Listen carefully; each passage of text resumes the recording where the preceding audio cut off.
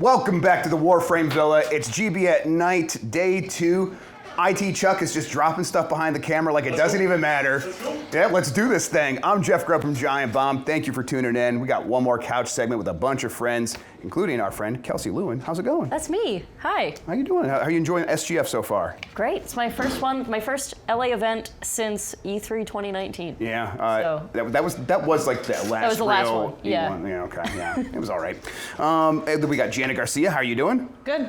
Yeah. Glad to be here. Likewise. Yeah. You also enjoying SGF so far? Yeah, I think this is maybe my third one so far. How many have there been? I think there's only been 4. I think there's been 4. Something like Yeah. that. Did you go to the first one? No. Me Sarah neither. Pazorski for us went by herself. God Right. bless her. That must have been kind of its own challenge. But yeah, it's always great to go like check stuff out. It's really cozy. Nice to have like a rotating crew of like min-max folks. So yeah, good time. Yeah, we got most of the crew here, right? Is everyone from MinMax? Yeah, this Including is Jacob Geller? This is all right. of Min-Max. Yeah. This is, we That's kicked right. Ben Hansen out. Oh yeah, good. Well done. I tried to do the same thing with Dan. I'll get him next time Three for of us, sure. 3 letters in Ben. It's like that kind of thing. Yeah. No, I'm psyched to be here. And to answer the question that you didn't ask, this is my first video game event in North America. It's the only other one that I've been to is Gamescom Brazil. Yes, you went to Brazil. Yeah. Which was awesome. But now everyone doesn't speak Portuguese, so I'm doing a little better. All right, good. I'm glad. Or Did you- worse, because I can understand you. Yeah. Did you pick up any Portuguese while you were there? We picked up like sorry. That was a big That's one. an Okay. important one. Yeah. Sorry about America. Yeah. Yeah. just the whole thing. Marcus Stewart, how's it going, bud? I'm doing great. It's nice to be back. This is my first SGF since the first one. Really? So there's like a jarring difference of seeing the small like infant version, and it feels like abandoning a child and coming back years later. And they're like, oh, you're like a teenager now. Look at you. You got big. It's definitely grown. Yeah. It's Yeah. kind of weird. It's gangly and awkward. Yeah. Yeah, voice changing and stuff. Exactly. Yeah, you know. Alex Van Aken, how's it going, bud? Hey, good. How are you? I'm doing real good, man. Glad you're here. Yeah, glad to be here. Year 4. This is 4 for you? This is 4. Streak. Okay. Streak. How many E3s did you do before that? 0. Okay. My first one was actually going to be 2020. I had, like talked to somebody and they're like, yeah, we can get you in this year. I was like, awesome, let's do this. Was 2020 was the one where they did it online? Like a No, 2021. That was 2021. Yeah, They didn't that's do the- anything. is that right? I There was remember- nothing in 2020, right? Yeah, there was nothing. I remember we did the avatars. We made the little avatars in the little Yeah. metaverse. You could, Right. E3. Yeah. See people in like kind of rooms. It was like as if the internet had never existed. And they decided to make something from scratch. They're like, let's not I'm sure it was thrown together in Let's like not 5 build minutes. on what's come before. Let's just kind of do our own They were thing. like reinventing Paved the the way. Yeah. It's like Nintendo's not using the Miiverse anymore. We'll just use that for they ourselves. could have said it in GTA Online. Yeah. They could have said it literally anywhere else other than where it was said. Source engine. For that 2021 one, me and Mike Minotti got asked to like just make a random podcast that they showed in the middle of E3 for some Okay. reason. It was the weirdest, most awkward thing. I'm like, why am I up there right now? It doesn't make any sense. No one's gonna care about this, and they didn't. So, yeah, okay. So, we got Game Informer, Min-Max. How's Minnesota? Great. Yeah. Yeah. Am I the only one? You're the only Minnesota. Oh, really? Guys, turn this Okay. way. How's Minnesota? It's great. I love Minnesota. Yeah, I like it too. I visited a couple times. I really enjoyed it. Yeah, there's lakes everywhere. It's like really pretty. Like Like 1,000 of them 10,000? There's here. 10,000 Or of them. 10,000. It's the There's land. like apparently like beef with Wisconsin because Wisconsin might have more. I had an Uber driver Lake Heat? recently who told me that. He was like, Wisconsin is way better lakes They're than really Minnesota. serious Oh. about it. Whoa, it's not better, it's more. Yeah, and That's less true. is more. But also, like, it's not like the license More is plate also says more, more so- lakes than Wisconsin. No, It's no. implied though. No, it you is know? implied. It's- Okay. Yeah. It's a pancake waffles Twitter thing. You know Sure. what I mean? Yeah. Yeah. So when you're afraid to go to Wisconsin now, is it kind of scary to go there? No, I think they fear us. Okay, good, Really. I yeah. think that's where the hate comes from. So we have a bunch of people who cover games here. Let's talk about it a little bit. How are you feeling about it right now, Alex? Really, really good about games, about the show. What are About we- covering games, about doing this job. Oh, yeah. I mean, it's going a little better for us in recent months. Some ups and downs. Well, yeah, tell people, Game Informer, people can subscribe, right? Yeah, Game Informer's back. You can go to GameInformer.com/subscribe. We have physical magazines. I've held the sample paper. Nice. People are excited about the paper. Yeah. It's better paper, right? Better paper. Better paper, better pizza. What's the feel? Can you paint me a word picture? of what what this Ooh, is not looking at? toilet paper anymore. Oh, that's Okay. good. Yeah, so that's really good. Very hoping for at paper-like. least 3-ply, yeah. Yeah. I think it's like, I'm not even gonna try because I'm gonna get it wrong. I was gonna try to cite the point, the Sure. weight. The DPI? Tell me the DPI. DPI, I think 300. That's what I use in Photoshop. That's a good number. Can we get a applause for 300 DPI? Yeah. I don't know if that's in the actual magazine.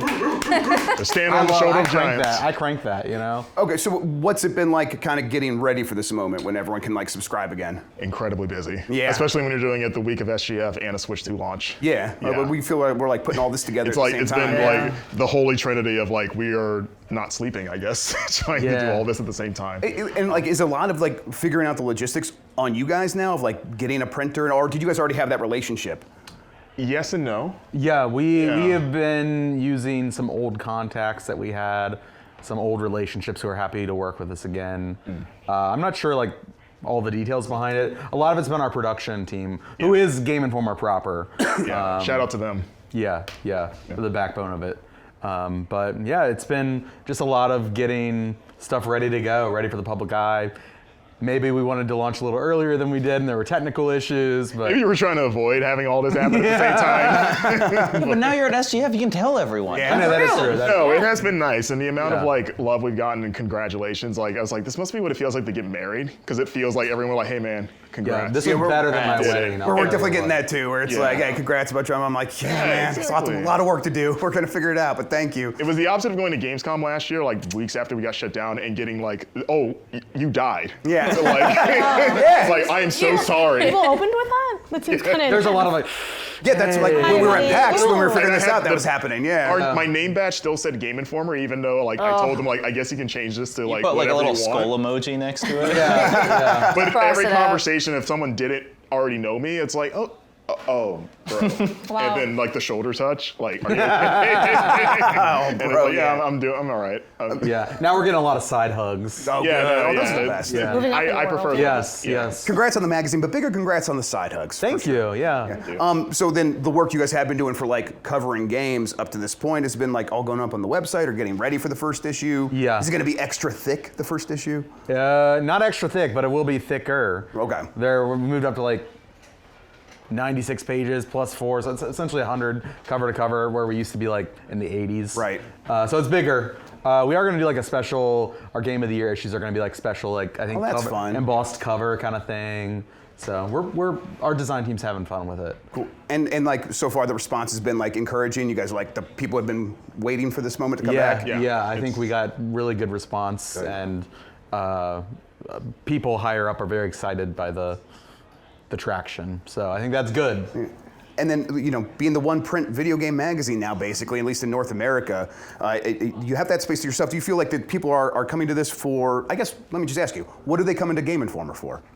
Yeah, I think the print magazine is a big part of it. Like it's sort of like hobbyist magazines have always kind of lasted, and there's like we're the only ones for. When I go to video Kroger, I games. see a lot of ones about guns. Those are the ones I it's see. like guns and fishing. Yeah. There's like there wasn't one for video games anymore after we went down. So PC it was Gamer. like and PC Gamer, yeah. Yeah. But like it was like okay, people clearly missed this. And I don't know if there's like I wouldn't say like a resurgence in prints, but I think there was a surprising maybe clamoring of people saying like it would be nice to hold like a magazine again, even for people that didn't subscribe to us before, saying like, oh yeah, this is like a cool idea, like almost like a novelty. And I don't know if that's like a younger audience or not. No, I think there totally is. I mean, because it's like, you know, websites go down every day or are just like so badly formatted that you can't even like read an article on them on your phone. You know, it's like people want just like a print thing that they have and doesn't like explode 2 weeks later, which is what a magazine is. Yeah, and it is cool to like, especially like the cover art, like it's partly like a piece of art that you're getting too sometimes. Like, I mean, I have all my cover stories framed at home. Nice. So it's like that fun little bonus. Like people like to do all kinds of cool crafty things with it. Like, so it's like part collectible too, on top of just all the awesome like features and reviews and whatnot that's inside. So yeah, I think it like scratches a lot of itches, I think. Yeah, I think like as Jacob's saying, like designing something with a purpose is not something we get a lot of these days. It's like it's kind of rare, especially the web is so disposable. So yeah, is that something you guys can still take a lot of pride in? Yeah. Oh yeah. Yeah, our design team is ridiculous at what they do. I love any chance I get a chance to write in the magazine is awesome because it's more rare for me than them. But anytime I get like, oh, the designers are like giving me a special treatment, like I'm gonna see the cool spread, it's a cool feeling. It's never especially cover stories. Like I've written cover stories. You're so used to just seeing black on white text, and then the moment you see the design team, like, oh, they put all these graphics around it, you're like, I never imagined this, and it just makes it, especially all the stress that can often go into like a big feature like that, and you just see what they've done to it. Like, and all times it's like, at times maybe I have like minimal input of like, oh, it'd be cool if it looked like this, but most of the time it's just like, do whatever you want. It'll probably look awesome, and it always does. So yeah. One of the things I've noticed since like we've made our change over here is the job doesn't feel that different. I'm still doing a lot of the same stuff, but people are like, they feel different about it because now we're independent. And is that something that you guys have noticed? Like, oh, now that you're disconnected from GameStop, like people are like, hey, now that you no longer have that anchor around your neck, I feel different about you. And has that changed the way you guys feel about your work at all? There's a big optimism, I think, right now on the team, and like seeing. There are certain things I can and can't say. Of course, talk about what you can. About other parties, but it's cool to see people rally around us, and maybe there's a more willingness to do that now for a variety of reasons, and that's really cool. Like, I logged onto YouTube today because I manage our YouTube channel, and I was like, I should respond to some comments. Let me see, and I was like, oh, there's like a lot of nice stuff here today. That's awesome. So it's like, I feel like it's energizing. Yeah, for sure. Yeah. All right, over at the MinMax side of the couch, you all seem to wear a lot of different hats, do a lot of different gigs. That's something I totally understand these days. Is it hectic? How do you view that, Kelsey, when you're doing all these different jobs? I consider myself just really lucky, honestly. Like I don't like being bored. Sure. So this keeps me from being ever bored. Like if they're, whether I'm putting out a fire at my day job, which is running some retro game stores in Seattle, or getting to do cool content here, like it's kind of, my days are always a little bit different, and so I don't think about like, oh my god, this is way too many hats very often. I just think of like, yeah, I was bored of working with our distributors to get the next game releases in or whatever, and so now I get to go play Clair Obscur and talk about that. Like it's just a nice, like, it works really well for my brain. Sure. It doesn't work for everybody's brain, but it works great for mine. And you guys opened a new store in Las Vegas recently? We did, yeah. How's that going? Great. Yeah, thank you. Yeah, I had no clue that Vegas was, we did plenty of research going into it. We thought it was going to be good. It's a good location. It's in Chinatown, which is like a 8-minute Uber from the Strip, depending on where you are on the Strip. So it's a very easy, you can pay $10 and you'll get there, and there's other cool stuff in Chinatown. I don't think I realized how many people would be willing to leave the Strip during their vacation to go see a retro game store.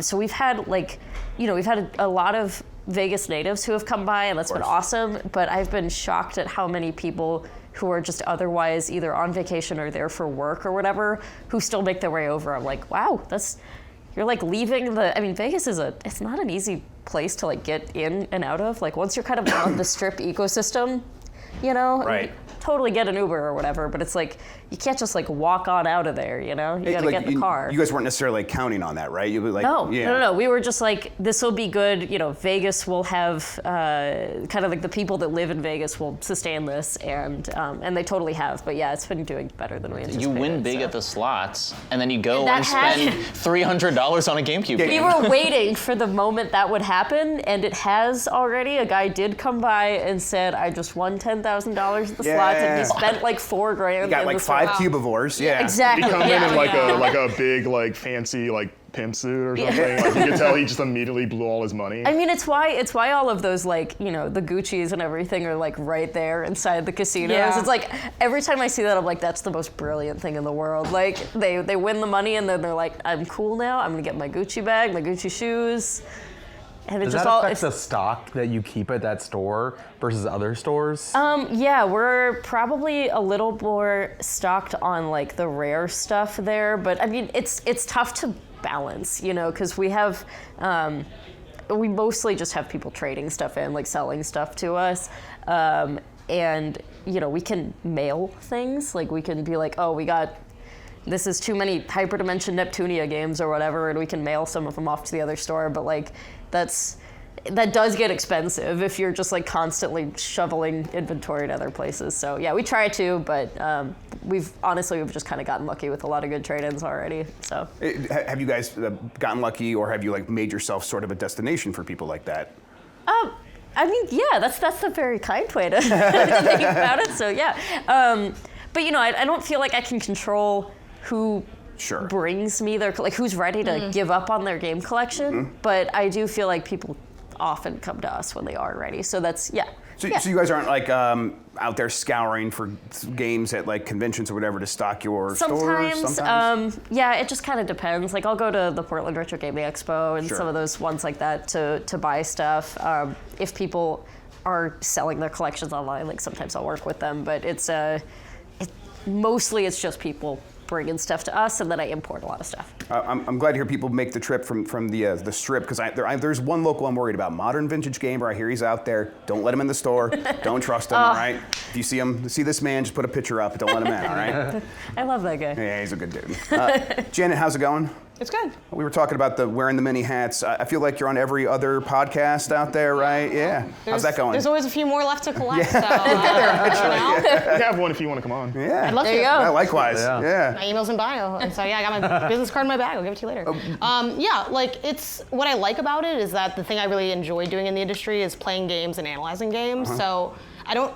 Obviously, there's like recording time, and like that will always take like 2 hours, 4 hours of PewPew Bang. Yeah, PewPew Bang has whatever amount of time. But snowballed. I don't feel like I'm necessarily doing like extra work. It's just the same work like divvied up in different ways or like used in different angles. So it feels like all the work I do just kind of produces a lot of content. It's every now and then there's like MinMax has the deepest dive, or like Remap has my turn for like their movie podcast. Like there's like little things here and there where it's like, oh, I'm playing this for this outlet. But more often than not, it's like I was already playing these, and now there's just like 8 different places that I can talk about them. Right. Yeah. You are someone that like talks about your opinion and about games in a way that I find I'm envious of, because I'm like I've like gone up and down on my opinion of my own opinion of video games sometimes. How do you like keep your confidence with stuff like that? I think I'm just working on it all the time. I think a lot of things come with time. I was telling someone the other day on a show that like I think it was on Next PewPew Bang, where it's like everything we make, like 3 years later, you're like, oh my God, that thing sucked. Like it's way worse than what I make now, which is like a great problem to have, because it means that you're like evolving and growing. Yeah. So yeah, I just try to work on it. I think, and there's definitely more spaces I want to grow in. Like I want to work on reading more criticism, reading different forms of like long form criticism, getting more creative with the ways maybe I present my ideas, because right now my reviews are very like kind of clerical, like they're very traditional styled reviews, and I want to like play with features more and just kind of experiment a bit more. And then I think too, like the classic advice of like doing stuff that isn't games, like watching more movies, watching more TV, listening to more music, like just getting more differentiated. But I don't know.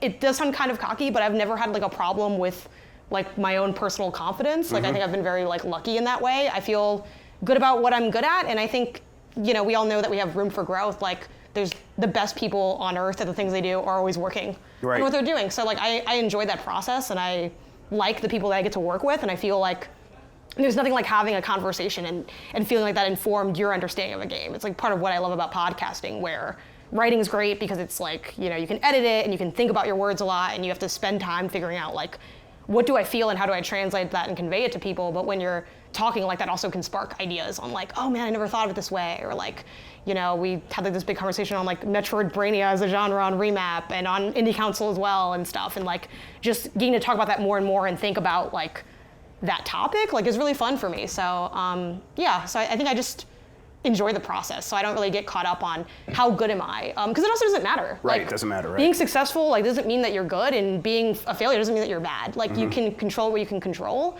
and nothing else is really like that relevant. Just like do your best and try to work on what you can work on. Yeah, so you kind of like don't even think about the audience reaction or what they're, because you're performing these conversations, right? But you don't think about the performance side. You're just having a real conversation. Yeah, I mean, I think about the audience reaction in the sense that like I want my ideas to be as clear as possible. So I am always thinking of like counter arguments or how things might be construed, and I feel like that just comes with like couching things of like really trying to be clear of like, oh, I'm not trying to like criticize this fan base, but I want to bring up this topic, and just kind of covering your bases. There will always be people that will kind of like intentionally misunderstand you, and that's just kind of being a person existing on Earth. But outside of like trying to have clarity, I'm not worried that people or how people are going to react. Though I am like kind of mentally prepared sometimes of like, you know, I know you do an episode of something and you're like, I think I know what people are going to be mad about. And it's going to be that we, you know, but didn't like this usually one game then or it's something. like you think you know, but then it's like actually some completely different other thing that you thought was totally safe. Yeah, or like stuff that something I think about a lot is when we first did like our like a really initial like Rebirth coverage. Like you were the only one that beat in the game, and I was like pretty positive on it because I was pretty early, and that's like how I felt. But I had some criticisms as well. But I felt like no one was mad at my criticisms because I was wearing a Sephiroth wig. Like I genuinely think that like everyone just assumed that like she must have just only said good things about the game because she had a cloud wig. If you had I should dress up as the think games I criticize. I genuinely cosplay think if you scheme. had a wig, it wouldn't And have ditto mattered. Final Fantasy VII regalia. Like, I'm not criticizing you people. I'm just. I was like, I think Sephiroth's making some good points. I'm like, I don't know. I don't know. It's a real Rick Rude strategy. It weirdly, Just having on my it tights, wasn't the thing intentional. I don't like. I love wearing wigs on content and like dressing up and having fun with it. But yeah, so you do kind of also never know, which is also why you can't be afraid of stuff. Right, exactly. Like you know, honesty with yourself is all you really have. So it's like, and people are gonna like hate and like you kind of regardless. So there's no point in trying to like curry favor because it's a losing game anyway. Yeah. Yeah. Jacob, you're also another one that wears a lot of hats. How do you find it? How's it working for you? I mean, I feel similarly to Kelsey in that like when I'm being the maximum niceness to myself, I'm like, I'm a writer. You know, that's what I do. And like writing is really hard and I can do it for a maximum of like 3 hours a day, you know? And so like getting to do min-max or getting to, you know, like work with other people or whatever is just like, this is the part where my brain gets to take a break from like agonizing over a sentence. You know, like it is just, I'm such good friends with everyone on min-max and whatever that it like, yes. I hope He finally admits it. Wait, can you say that again? No, it's like I don't want Ben Hansen to know like how little money I would do min-max for. I have said that to him, and he got really mad at me, and I finally understand. Stop watching. Yeah, no, my partner pulled me aside and was like, if your employees told you that they would do this work for free, how would you feel? And I was like, oh, I'd kill them. Yeah. Like, oh, okay, I should stop saying that to Fine, them. guys, Okay. you can Venmo me your checks from min-max. I was like, no, this is good, but yeah, same thing. I was like, this is good for my brain to do this sometimes. Maybe I would do it less for no money, but like. Yeah, I mean, and it's like, especially video essays are so like solitary of just like, I sit in a room and I read, and then it's the same room and I write, and the same room I'm editing in, and then it goes out to like Alan Wake. a million strangers who all have insane opinions that I've had to make myself stop reading. And so like, doing min-max or like I just had a book come out, How a Game Lives, available now, which was like, mailbox at home. woo!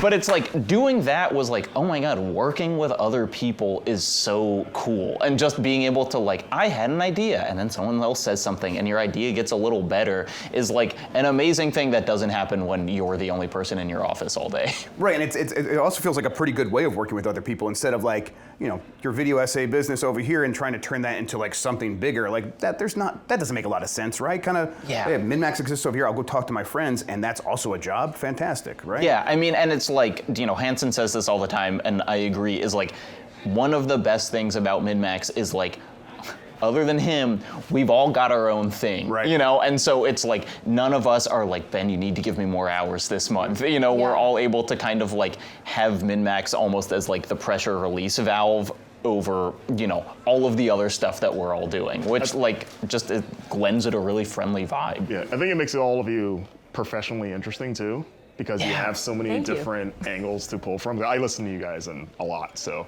yeah, like I like hearing about what you are doing outside of like min-max and seeing how that weaves into either like a criticism or really anything that you guys do. Yeah, I mean, just like the, you know, like Haley McLean being like a video game lawyer and being like, we have the one person in podcasts who reads EULAs, okay? And she's on min-max. That is the best get of min-max, by the way. I think we all agree. It's like you guys are just like team of Avengers of like, you guys have like in some cases, like All their wildly own different solo backgrounds. movies, and then Like Ben Hansen is the Nick Fury. Yeah, but like Kelsey, you being able to do like the Dune Mentat thing of like your eyes roll back in your head and you know exactly how much a game is worth at any given time. It's like everyone has their secret superpower. Jay, could you do It's a the really lame superpower. Jay, can you do the yell? Thank you. Appreciate that.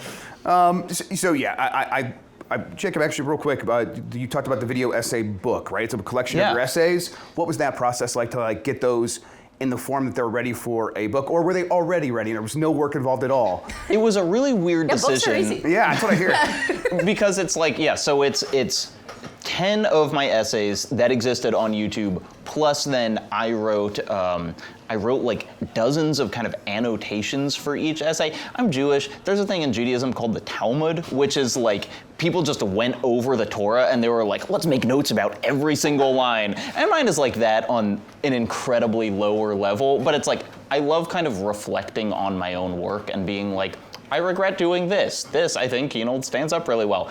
And then there are a bunch of new authors who have all written afterwards and stuff. But like, the main motivation was like, YouTube is going to just go down one day. Just like doing any of this work is so kind of like temporary, and it's why like having Game Informer is exciting, and it's why people want to collect games, and just being like, I'm so proud of what I do, and I put a lot of work into it, and like, it's on a platform that I have no control over at all. And so being able to make this book, and I worked with my wonderful fiance, Annie, is like the designer of the book, and it's this incredibly beautiful kind of like thing, and just being like, nothing can happen to this. Like it's out, and no matter what happens to like the internet or Patreon or like my career, this thing exists, which, having a job online is just like a really special thing to have. Is it going to be like exciting to like go to the library and just see it sitting there sometime? I think that'd be so cool. Yeah. Yeah. When it comes to YouTube, you mentioned like something you can't control.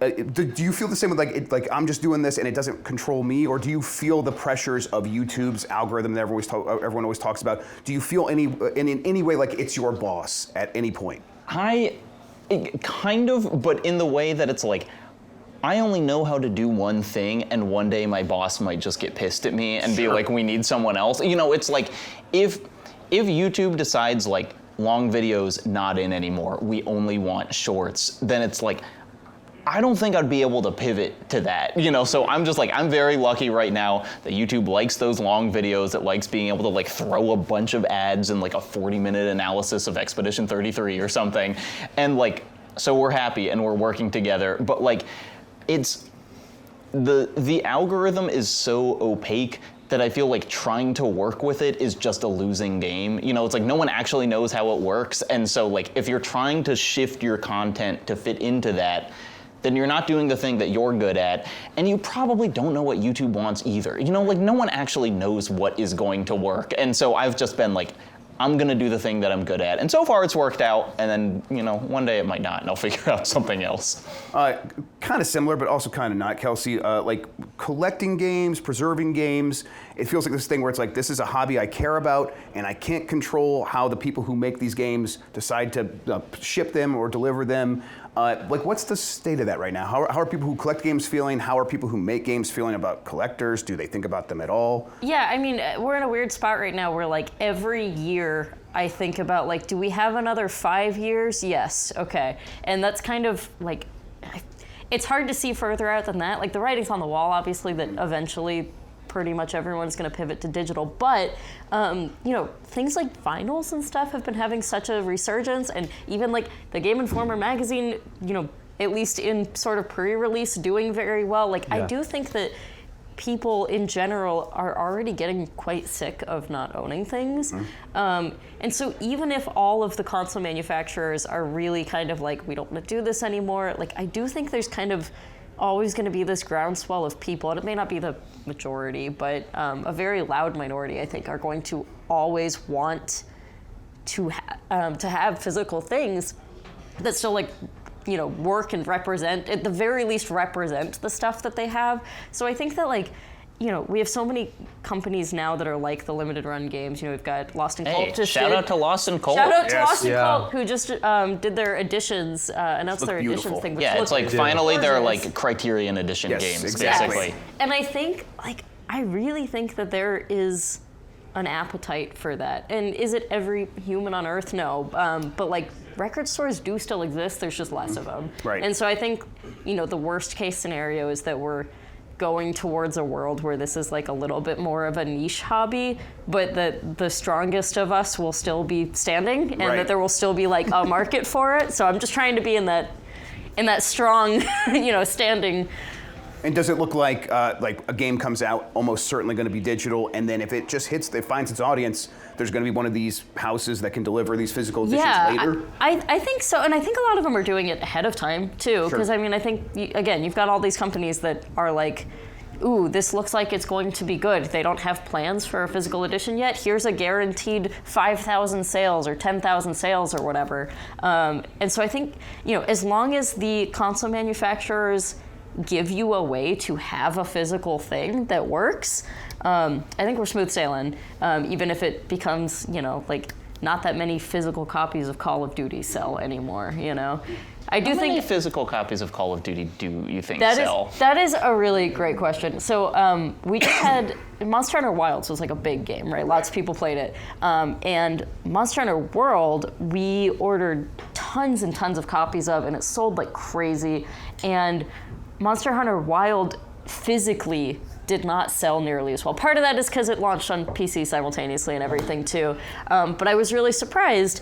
And then on top of that, if you order physical editions of Xbox anything, so we've got 4 locations, right? I order 4 maximum of any Xbox title at this point. We sell maybe 1 at each store. And so, future collectors, that's what's gonna be really crazy rare, by the way, is Xbox Series X versions of stuff. Yeah, it feels like that audience just almost it happened all at once after 10 years of them trying to get everyone to go all digital, right? Yeah. So, I'm not scared yet, but obviously, at the end of the day, I think it's going to come down to, do the console manufacturers all at once go, nope, screw you, Yeah.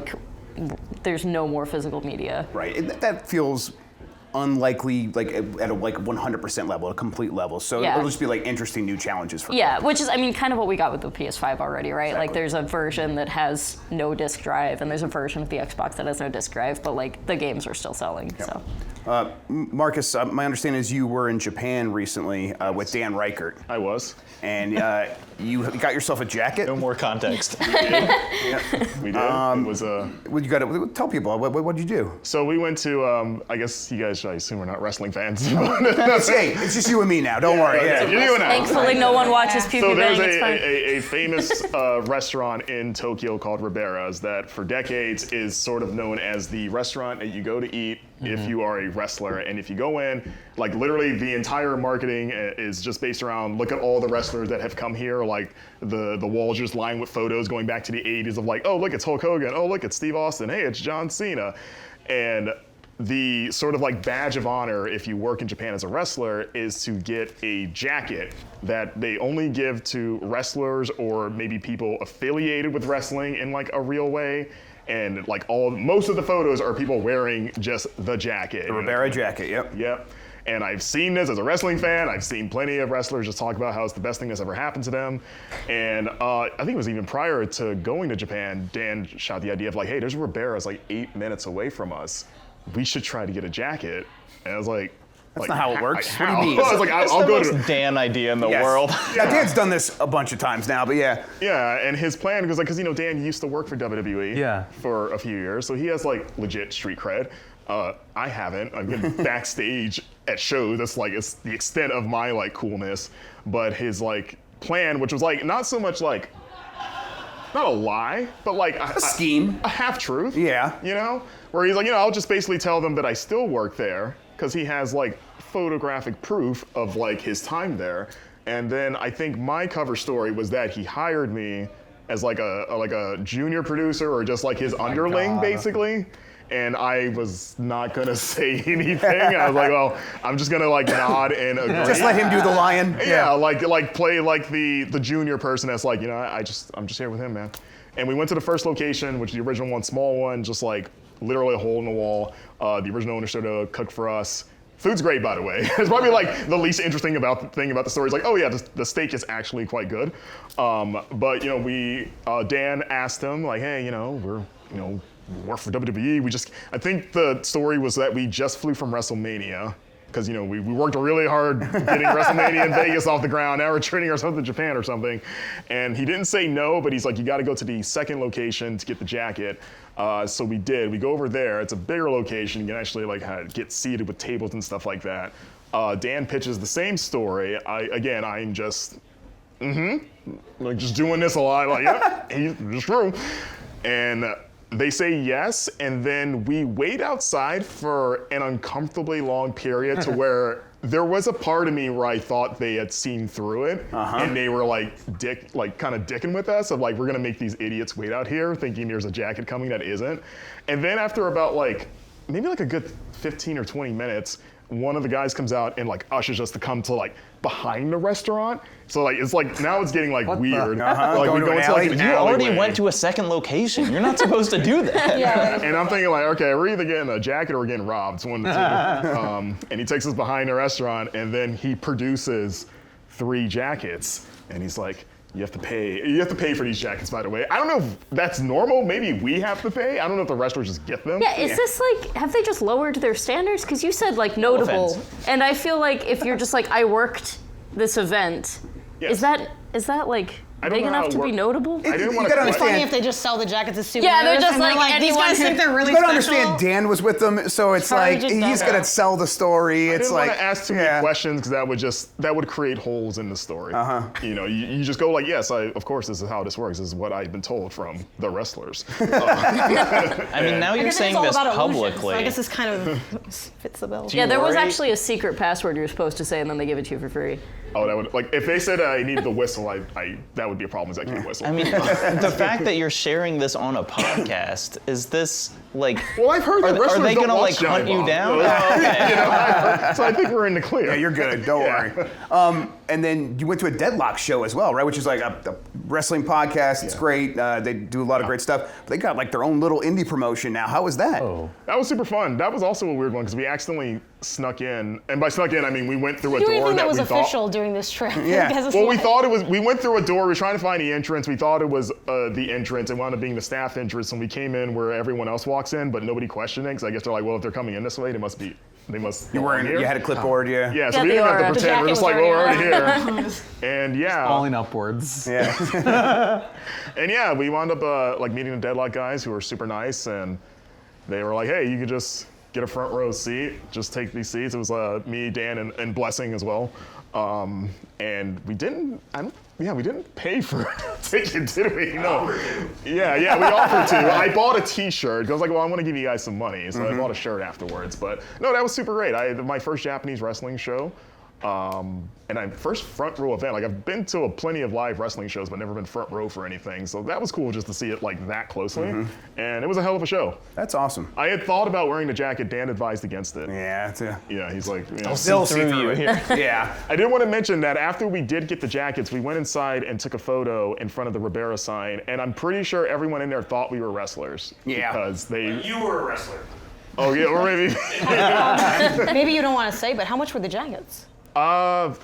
In American, they were probably like 130. Okay. That's reasonable. That's like- No, I mean for something that I'm like those technically not jackets, supposed For to something have. that you shouldn't have. Yeah. Yeah, really nice. I'll take it. Yeah, they're good Yeah, jackets. they're very nice jackets. Also, Blessing missed out because he was supposed to come and then he bailed last minute, and then they had 3 jackets. And we were like, this could have been yours, Blessing. Yep. It could have been yours, buddy. You could have just could've been bought like, him the jacket. you could have just been Well, like, there was yeah, also I a only third had one the of money us. for that, 2 of us. I had to pay for Dan and I. He paid me back. Don't worry.